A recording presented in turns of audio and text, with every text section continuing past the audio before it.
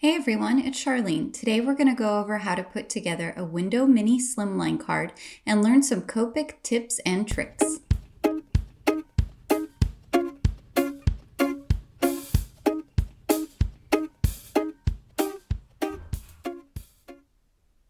Today I'm working with the Sunny Studio Stamp set, Holiday Express. This is a really cute set. It is a train and it comes with all these little characters and all these little additional items that you can add on. I like to use my Copic markers, which are alcohol ink markers, to color this type of set. I'm using the Simon Says Stamp Premium Dye Ink in Intense Black, and I'll also link to all the supplies that I'm using down in the description. I'm stamping on Crafter's Companion cardstock. That's what I like to use when I am doing Copic coloring. So I'm making sure I have a nice even coverage with my ink, and then I'm going to come in and stamp everything down. At this point, I'm still not sure exactly which of the images I'm going to use, and I end up also stamping a few more later when I decide. Once I have a nice even stamping, then I'm going to go ahead and start my Copic coloring. Now I do have my coloring sped up in today's video, and that's just because there's quite a bit of coloring for this stamp set. I didn't want to have you guys here for a long time while I colored all the images in real time. So I'm going to go over some tips and tricks while we're going over this coloring. Generally speaking, when you are using alcohol ink markers, you want to make sure you have a light, a medium, and a dark ink. That's going to allow you some nice shading. Now, the exception to that is when you're working with a really small space. So you're going to see on the smaller spaces, I'm only using two colors, a light and a dark. For beginners, it really makes sense to try and find color families. It makes the light, medium, and dark determination a lot easier. And then you also can purchase less markers to start out with. You can just get 3 red, 3 green, 3 yellow, and so on. Right here for the train, I am using cool grays, and I am using C3, C5, and C7. And what I do is I go in and I put my light down, then I put my medium down, and then I put my dark, and then I go back to my medium and back to my light. So it's light, medium, dark, medium, light, and that helps blend everything together. Now, I like to use a flicking motion when I am coloring with Copic markers. There's a couple of different schools of thought. Most people will either do the flicking motion that I do, or they will do small circles. Now, I am not very good with the small circles, and I'm definitely not a Copic marker expert, but I do pretty well with the flicking motion. So just keep that in mind when you're trying to figure out what your style is. You don't always have to do it the way that everyone's telling you you should. Now I'm coming in and I have added some red detail along the train, and I've used R37 for that. And in fact, these spaces for the red are so small that I did not use any additional colors. I just used the R37, and then I kind of layered it a little bit on the bottom to add some shadow. Speaking of shadows, there are lots of different ways to create shadows. I personally prefer to look at an image and look at it and think about the sun shining down from the top. And then I know all of my shadows need to be at the bottom. Kind of like if it was high noon and the sun was shining directly overhead. Now, you certainly can shadow in a different way. Some people like to shadow all the way around the edges. I know Jennifer McGuire likes to shadow that way. And she sees it as she's looking at the image and the light is sort of coming out from the middle. It's glowing outward. And that's a really nice way to do it as well. You also can move your shadow, especially if you have some type of scene that the sun is actually in the scene. Then you want to try and think about where the shadows would lie based on how the sun is shining. It can be really helpful to put an arrow on your cardstock as you're working, just so you can remind yourself of where that shadow should be going. Now, like I said, I like to pretend that the sun is at high noon, and that's helpful to me. I do it the same way in most every one of my coloring sessions, at least at this point in time. And that way I don't forget. I know I always need to put my shadows at the bottom areas of the images.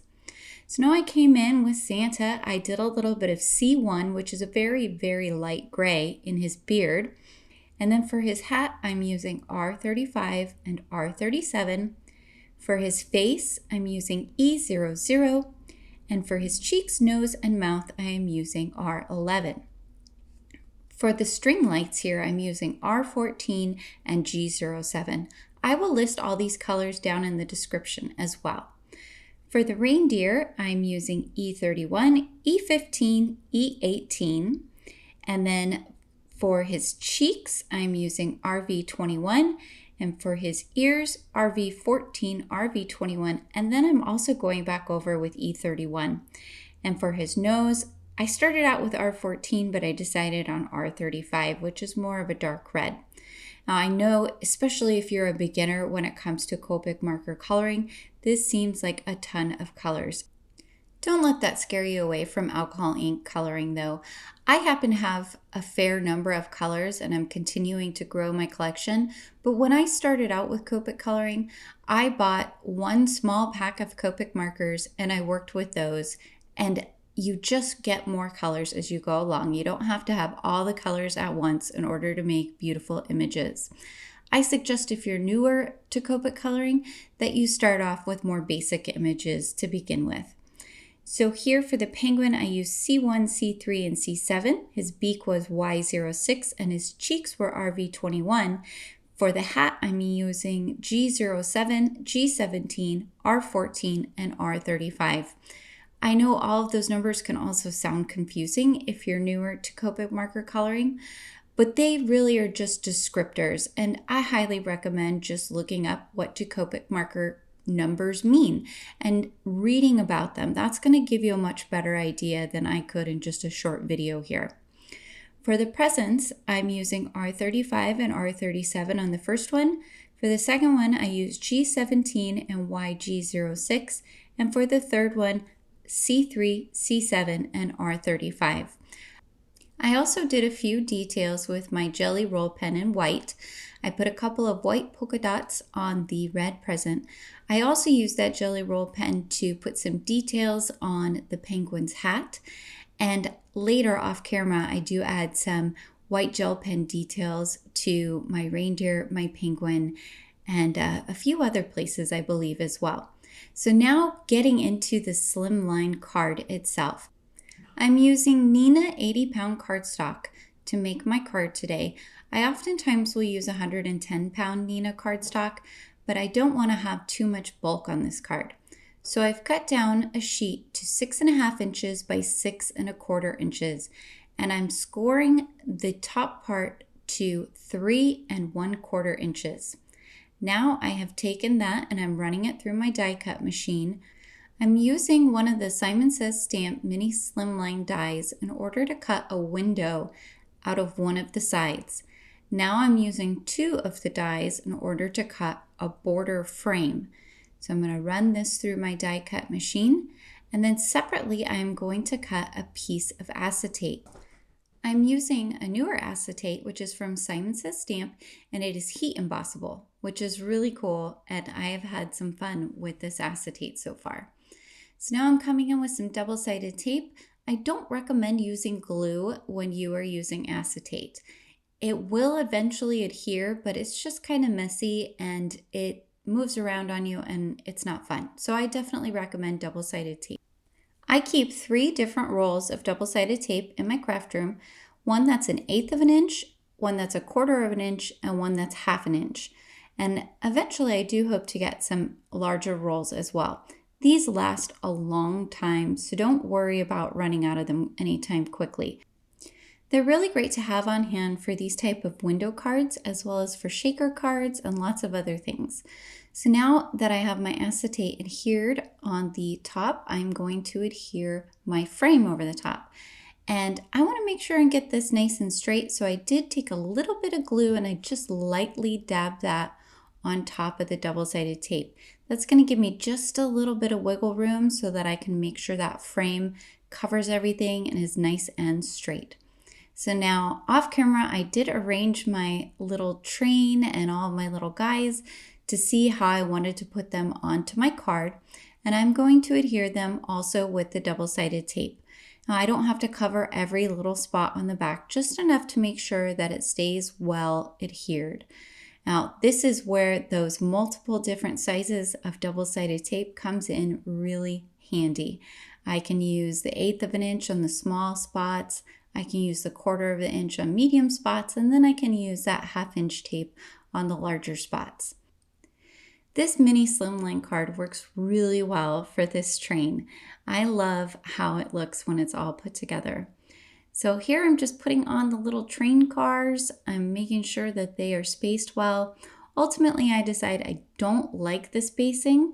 And the other nice thing here though is because I'm using that double-sided adhesive and I'm just lightly sticking it down to the acetate, I can kind of peel things up if I need to and adjust them.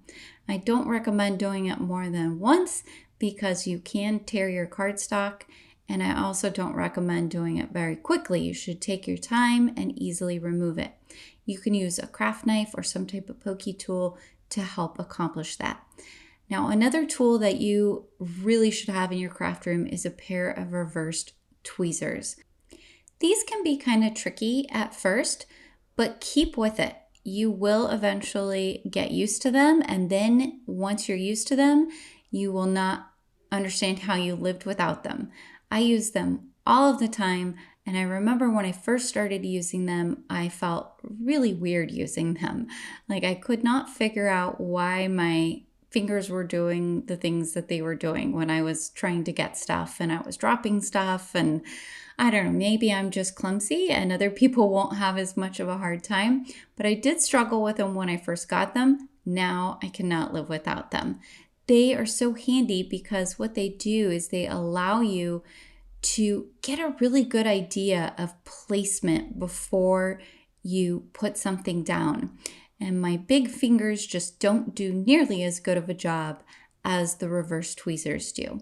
So you can see I put Santa down with a little bit of glue, and that's because I adhered him to the window of the train rather than directly to the acetate. So I just wanted to use glue so that way he would stick on the train. I've got my little penguin down with his super cute little hat, and I'm just making sure that I tuck the presents and things like that back behind the train cars. Now these little images are super cute because they have these little hands or paws or flippers that kind of make it look like they're peeking out of things. They're also really versatile because Sunny Studio Stamps makes a lot of these sets that have these types of animals and different things in them. So you can kind of mix and match your sets when you have these. I really love that I can use them in different ways and I'm not limited to just the one set. I can kind of move them around. Earlier I did a edge-to-edge shaker card with a fall set, and you could absolutely use stamps from each set together for different things. Now I'm coming in with the little puffs of train smoke, which are so cute, and I'm just using the big, the medium, and the small, and I'm adhering them so it looks like the train is moving. You do that just by slightly offsetting them and putting one higher than the next. Now I'm coming in and decorating the train cars with these cute little light strands, and off camera I did use some Wink of Stella on the lights, so in person they look very sparkly when you move the card around, which is a lot of fun. When you're layering these types of things, don't be afraid to cut off little bits and pieces. You can see I cut off one of the lights on the end of that strand, and that's because I want the first strand to kind of overlap it so it looks like it's one continuous strand going along the bottom of the train there. And there are lots of other cute little things that you could use to decorate in this stamp set. There's holly and bells and snowflakes and all kinds of stuff. I hardly used any of it. I just used the lights as well as some presents. So now I am coming in with a piece of glitter paper. It's not glitter cardstock. It's more like a smooth paper that's sort of holographic. And I'm going to put that behind the front of the card. So again, I'm coming in with the double-sided tape in the 1/8 of an inch. And this time I am running it along the inside of the card. So that way I can adhere the piece of glitter paper behind the acetate. And it gives you this fun kind of almost stained glass look. You also could use some printed paper. If you have something that looks like a landscape, that would work really well behind there. You could use glitter cardstock. You could hand draw a snowy scene or something like that and use the tree stamps and put that back behind there. Those would all look really cool. So now I mentioned at the beginning of this video that the acetate I'm using is heat embossable, which is really, really cool, because normally if you try and heat emboss acetate, because it is plastic, it will melt and warp. This, however, is specially formulated to work with heat, which is awesome. So I'm using one of the greetings from the stamp set. It says Seasons Greetings, and I'm using some VersaMark embossing ink. And you can see I use my anti-static powder tool at the beginning there. That's really important when you're working with acetate because it is just naturally very staticky and your embossing powder will get stuck everywhere. So I'm coming in now with some Simon Says Stamp White Fine Detail Embossing Powder. And then I am going to come in with a flathead paintbrush that is dry to just wipe away any little stray bits of embossing powder that have gotten into areas they shouldn't be. So you can see I'm kind of going around each of the words here. And that's why I like this style of brush, this flathead style of brush, is because it makes it really easy to get all the way up to the words without messing up your embossing powder. And you can just lightly blow on the card in order to get those little pieces to blow away once you've gotten them kind of moved with the paintbrush. Once I have that all nice and set, I'm going to come in with my heat gun. And you do not want to leave the heat gun on your acetate for super long. Even though it is heat embossable, you just want to get that embossing powder melted. Look how cool that is. And then get your gun off of there. So here is the finished product, you guys. I'm super happy with how it turned out. I hope you'll give this a try and I'll make another video soon. Thanks. Bye.